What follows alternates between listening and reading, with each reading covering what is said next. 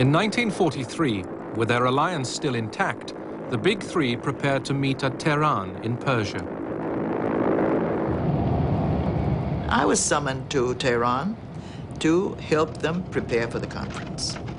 Mr. Roosevelt is supposed to arrive. We had the code names for it. And so I called the airfield, and sure enough, I spoke to Admiral Leahy. I said, "Are you coming?" And he said, "No, we're not coming. We're going to American mission." And when I said that to Molotov, I thought he'd just fry me alive. I said, "What?" And he'd get all the four-letter words I never heard in my life were spilled over me. He said, "Who the hell are you here anyway? How'd you get in here?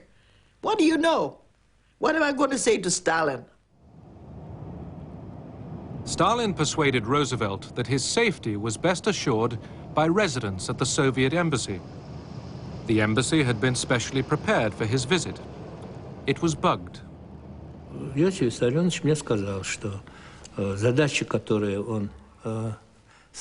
Stalin told me that the task he was putting to our group, and particularly to me, was ethically very unattractive.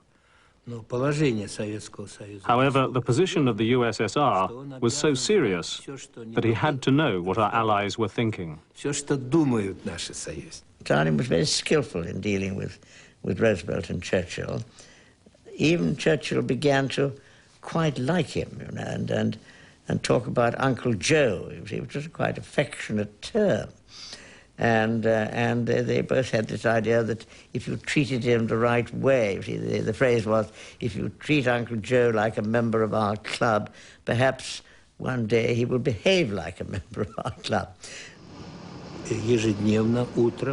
Every day at 8 in the morning, I had to go to Stalin. I went with all the transcripts, in Russian and in English. For about an hour, Stalin examined, in great detail, all of Roosevelt's conversations. I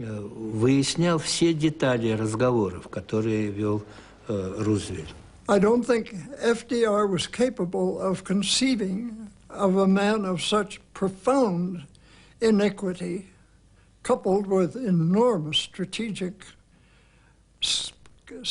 cleverness, as Stalin. He had never met such a creature.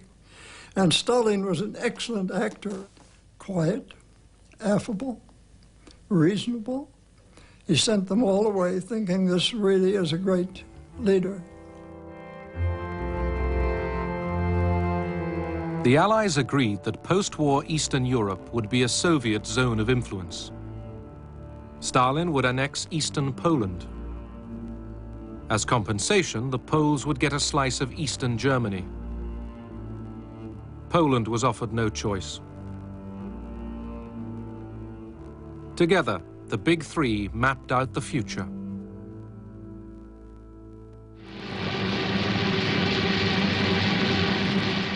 D-Day, the 6th of June, 1944, the biggest seaborne invasion in history, lands in France.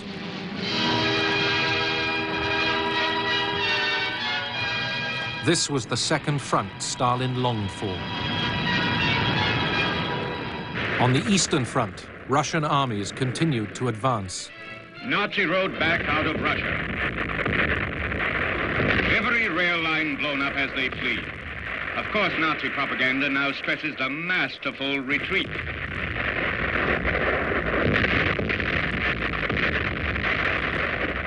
The Soviet flag unfurled in triumph over Sani, Tarnopol, Odessa, as the Russian tide of victory rolls westward toward Germany.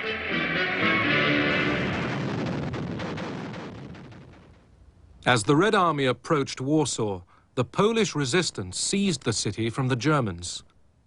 The Poles hoped to liberate themselves and confront Stalin with an independent Poland. The Polish Home Army rose to take over Warsaw when the Germans left and before the Russians arrived. And the Russians had encouraged them to do this. And then the Russian army stopped on the Vistula. Stalin claimed that his armies needed to pause outside Warsaw and regroup. The Germans counterattacked. Polish freedom fighters were abandoned by the Russians, who were sitting with their forces across the river and could easily have gone in to help them. I thought for various reasons that that was the point at which American policy should have changed.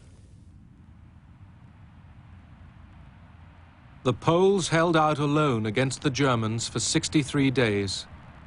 When the Rising collapsed in slaughter and Warsaw was destroyed, Poland blamed the Soviet Union.